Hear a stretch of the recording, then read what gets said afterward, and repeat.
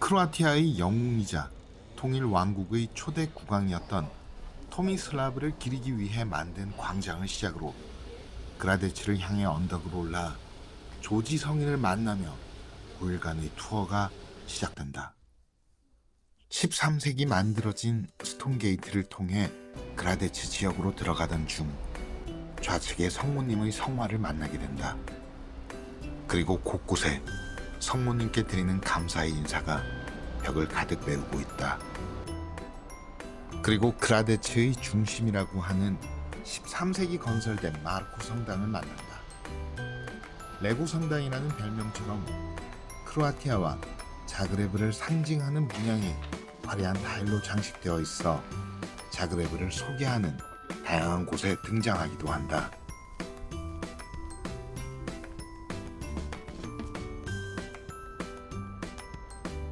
카툴 지역이 한눈에 펼쳐지는 멋진 전망대도 둘러본 후 계단을 내려가 사랑의 낙서가 가득한 좁은 골목을 지난다.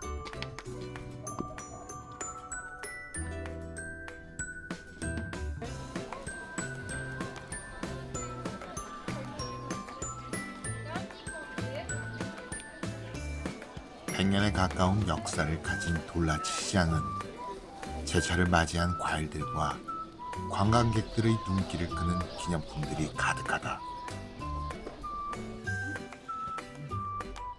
시장 옆으로는 1094년 헝가리 왕으로부터 재정적인 지원을 통해 지어진 후 전쟁과 지진으로 수차례 재건되길 반복했던 자그레브 대성당이 자그레브 시민들의 변함없는 신앙을 보여주듯 자리하고 있다. 마을 주민들의 갈증을 해결해주기 위해 영주가 땅에 칼을 꽂으며 외쳤던 포네다라는 곳의 자그라비타는 오늘날 자그레브라는 지명의 유래가 된다. 땅에서 물이 터져 나오자 영주는 옆에 있던 소녀 만다에게 물을 떠다 줄 것을 부탁하며 이 우물을 만다의 것이라는 뜻으로 만두쉐바치라 이름 붙였다고 한다.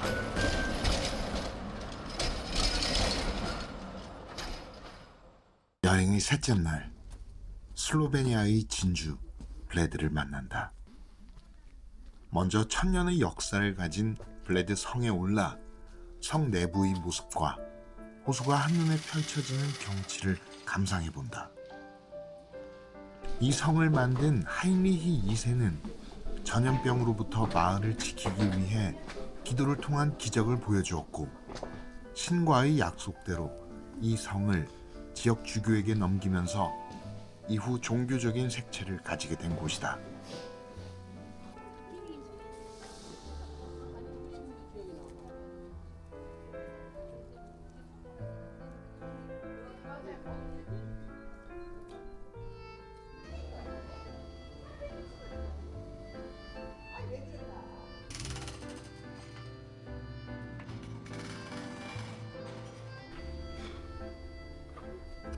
성을 둘러본 후 호숫가에 떠있는 섬을 만나기 위해 아래로 내려간다. 16세기 말부터 시작된 플레트나는 1740년 마리아 테레지아로부터 호수에 있는 섬을 향해 갈 수 있는 교통수단에 대해 22개의 가문이 독점권을 부여받게 되는데 그 모습이 오늘날까지 유지되고 있다. 호숫가를 산책하며 티토의 별장을 보고 아름다운 율리앙 알프스의 경치도 감상해본다.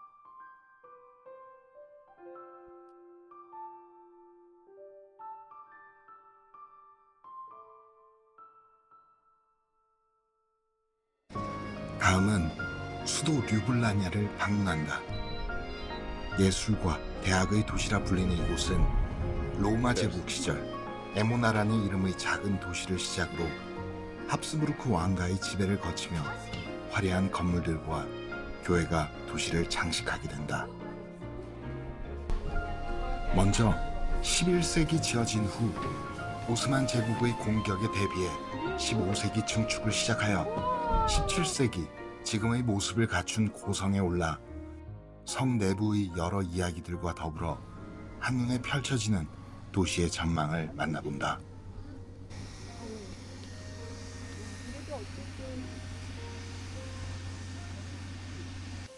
고동태그룹에 있는 거 말하는 건가 보죠? 네네.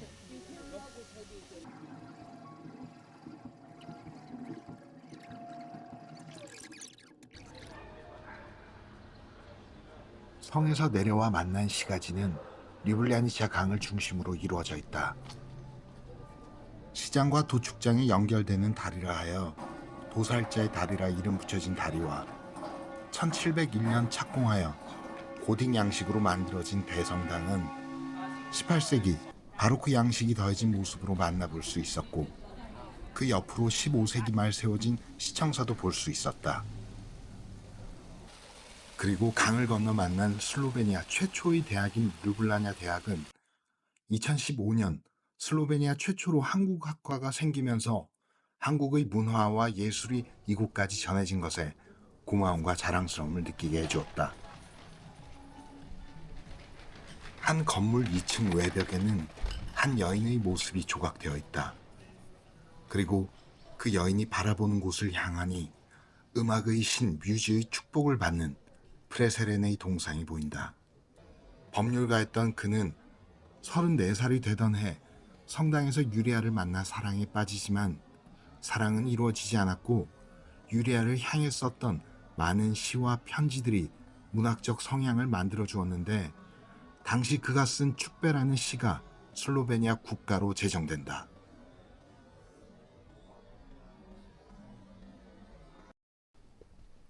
여행의 넷째 날, 겨울에 만난 플리트 비치는 봄처럼 포근하고 따스한 날씨를 보여주며 우리를 반긴다.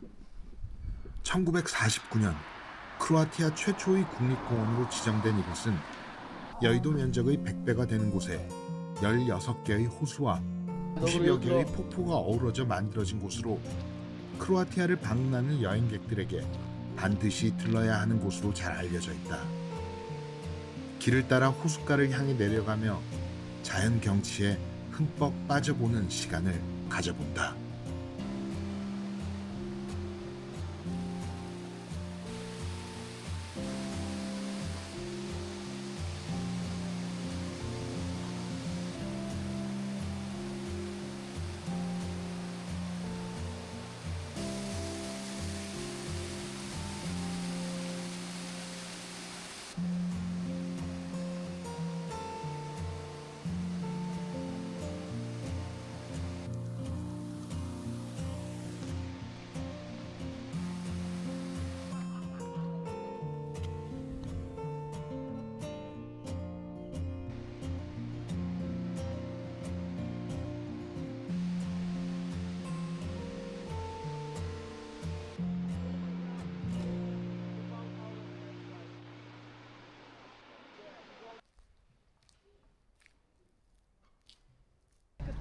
베네치아의 선물이라는 뜻을 가진 자다르는 크로아티아 해안가 지방을 대표하는 달마치아주의 주도로 고대 로마의 역사와 함께 이루어진 유서 깊은 도시다.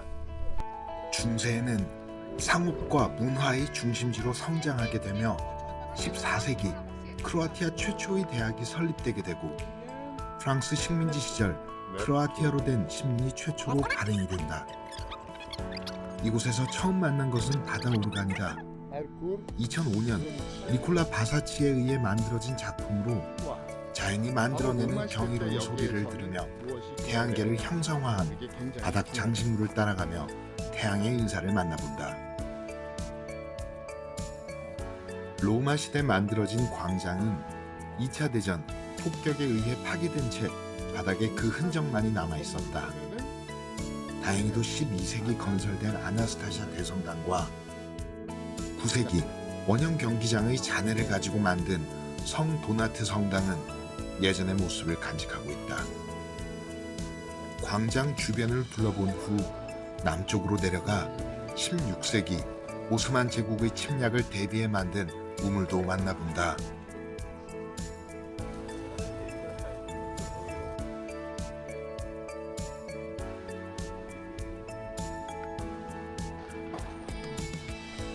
자다르를 방문한 알프레드 히치콕 감독은 이곳의 일몰을 세계에서 가장 아름다운 일몰이라 극찬을 하였다. 해가 지는 것을 기다리며 바라본 등대는 누군가를 위해 빛이 되려 어둠을 기다리고 있었고, 그 순간을 통해 나는 자연의 기다림을 배워본다.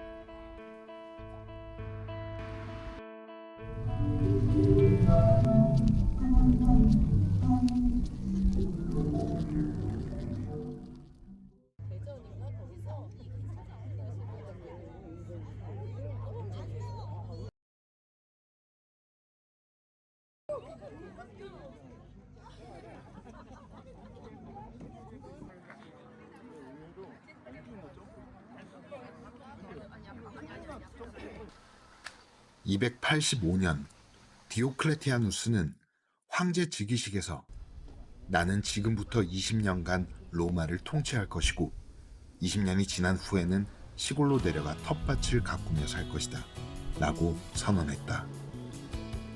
295년 공사가 시작되고 황제는 자신의 궁전을 위해 아낌없는 투자를 하게 된다.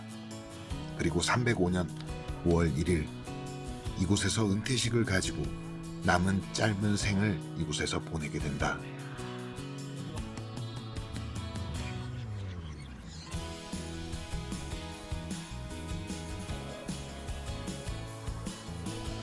남쪽 문을 통해 들어간 궁전에서 가장 중심인 열주광장을 시작으로 성당과 아련실, 황제의 생활 공간 등을 둘러보며 북쪽 문을 통해 빠져나간다.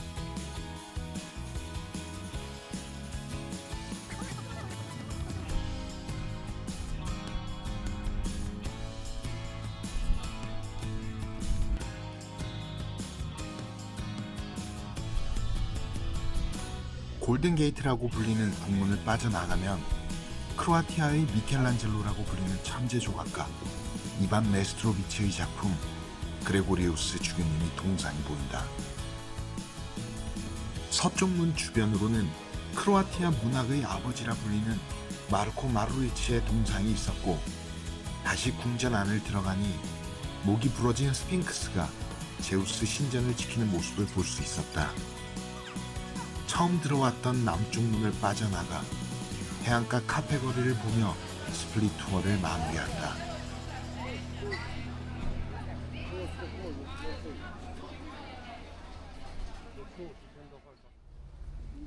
(1992년) 유고 연방에서 탈퇴를 선언한 보스니아의 주요 도시들은 세르비아 민병대의 공격을 받기 시작한다. 세르비아에 대항하여 지켜낸 마을은 그해 4월 모스타르네 크로아티아계 카톨릭과 보스니아계 무슬림 사이의 전쟁으로 변질된다.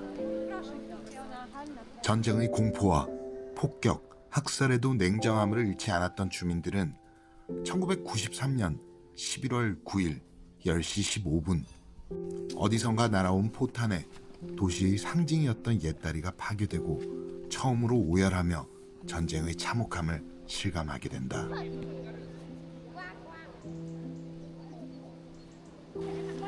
그리고 얼마 지나지 않아 세르비아 군의 공격이 다시 시작되었고, 이에 대항하기 위해 잠시 전쟁을 멈추고는 그렇게 가슴 아픈 내전이 막을 내리게 된다. 이후 1997년 나토 평화유지군이 다리 조각을 찾아내며 8년이라는 시간 동안의 다리 재건이 시작되었고, 2004년 마침내 스타린 모스트, 우리말로 옛다리가 복원이 되며 10개국의 정상과 클린턴 전 대통령 등 유명 인사들이 참석해 보스니아의 평화와 화해를 가져다 주길 기원하는 행사를 가지게 된다.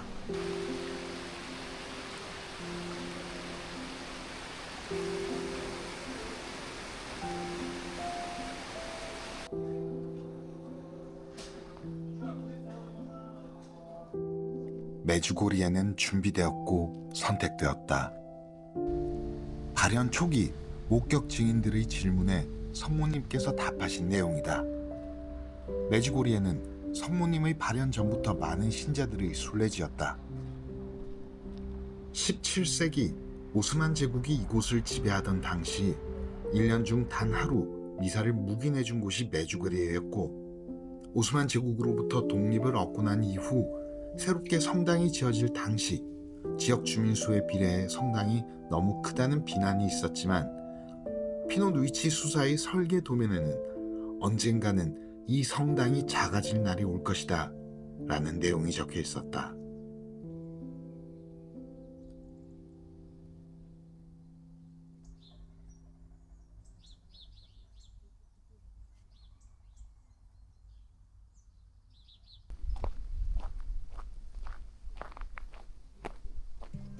크로아티아에서 6번째 큰 섬으로 1300년부터 1828년까지 주교님이 계시던 곳이다. 그래서 조그만 구시가지 곳곳에 성당과 수도원 등 종교시설들이 많은 게 특징이다. 성벽과 마을 안에는 베네치아 지배의 흔적을 이야기하는 날개 달린 사자가 곳곳에 보인다. 청어의 뼈 모양으로 설계된 구시가지는 무더운 여름에도 신선한 바람이 도시 곳곳으로 퍼지도록 돕고 겨울철에는 차가운 바람을 막아주는 역할을 한다.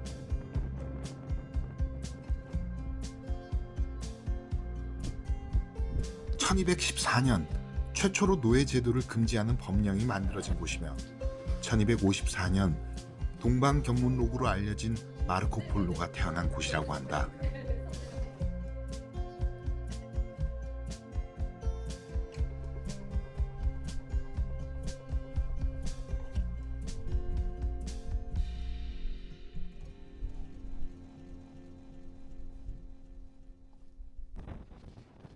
해발 405m 높이의 스르지산 전망대에서 지상의 낙원이라 불리는 두브로브닉을 만나며 투어가 시작된다. 도시의 서쪽 문 필레 게이트를 통해 구시가로 들어서면 오랜 세월에 걸쳐 세워진 높고 웅장한 모습이 외세의 침략을 굳건히 막아낸 역사를 보여준다. 마을 안으로 들어가니 1438년 도시의 하수시설을 정비한 것을 기념으로 12km 떨어진 강에 물길을 만들어 도시에 식수를 공급하던 오노프리오의 분수가 보인다. 그리고 그 주변으로 1520년 지진 피해 후 시민들이 세웠던 사비에르 성당과 유럽에서 세 번째로 오래된 약국, 그 옆으로 프란체스코 수도원 등이 모여있다. 300m 거리의 플라차 대로를 따라 동쪽으로 향하니 시계탑과 화려한 옛 모습을 간직하고 있는 스폰자 궁전이 나타난다. 왼쪽으로 이어지는 통일된 건물들과는 대조적으로 화려한 모습을 가진 스폰자 궁전은 16, 17세기 두 차례의 큰 지진에도 피해를 입지 않아 과거 화려했던 두브로브닉의 모습을 짐작하게 해준다.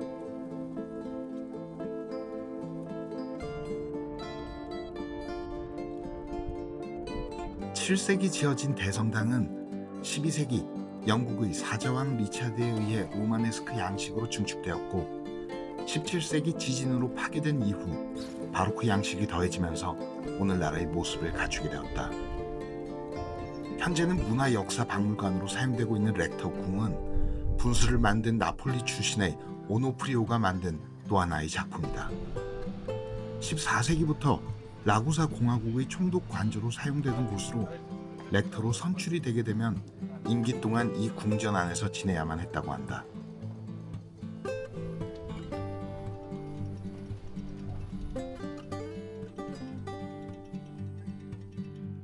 마지막으로 성벽에 올라 붉은 지붕으로 뒤덮인 마을의 전경을 바라보며 두브로브닉 투어를 마무리한다. 페라스트는 현재 400여 명이 사는 조그마한 마을이지만 18세기 베네치아가 지배를 할 당시 4개의 조선소가 있었고 1600여 명이 넘는 인구가 상주를 하던 마을이었다. 마을 앞 바다에는 성 조지 수도원이 있는 자연섬과 성모 마리아 성당이 자리한 인공섬, 이렇게 2개의 섬이 있다. 성모 성당이 있는 인공섬은 1452년 바다로 향하던 베네치아 선원이 바다 위 작은 바위 위에 성모상이 있는 것을 발견하고 그 자리에 인공섬을 만들게 됐다. 이후 1632년 인공섬 위에 성당이 세워지게 되고 바다를 향하는 선원들은 성모님께 자신의 배를 위탁하며 안전하게 돌아올 수 있도록 기도를 하며 지냈다.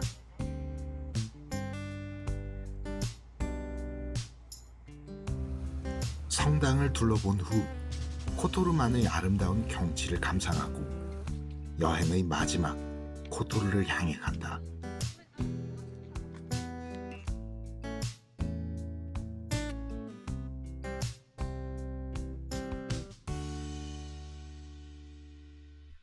몬테네그로의 진주 코토르는 1420년 베네치아 지배 시절 4.5km의 성벽과 요새를 세워 지난 역사 속 많은 침략자들의 공격을 막아내었고 그 위엄을 자랑하듯 오늘날까지 온전한 모습으로 남아있다.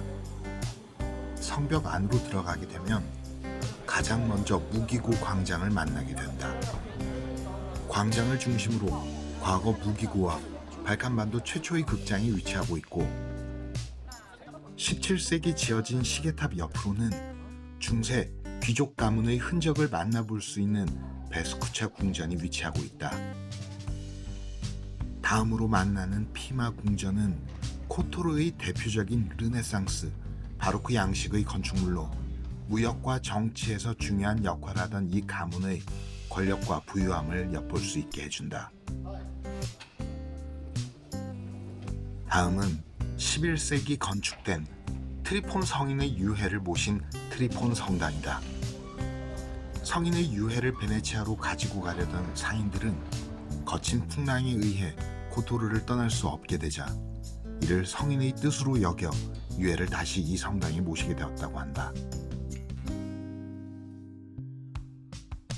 바다와 관련된 역사와 유물을 전시하고 있는 해양박물관과 마을의 유일한 식수물이 있는 곳을 지나 정교회와 카톨릭이 함께 미사를 드렸던 루카 성당, 그리고 세르비아 정교회인 성 니콜라스 성당을 보고 공항으로 향하는 길에 스베티 스테판이 보이는 전망대에서 마지막 경치를 감상하며 9일간의 일정을 마무리한다.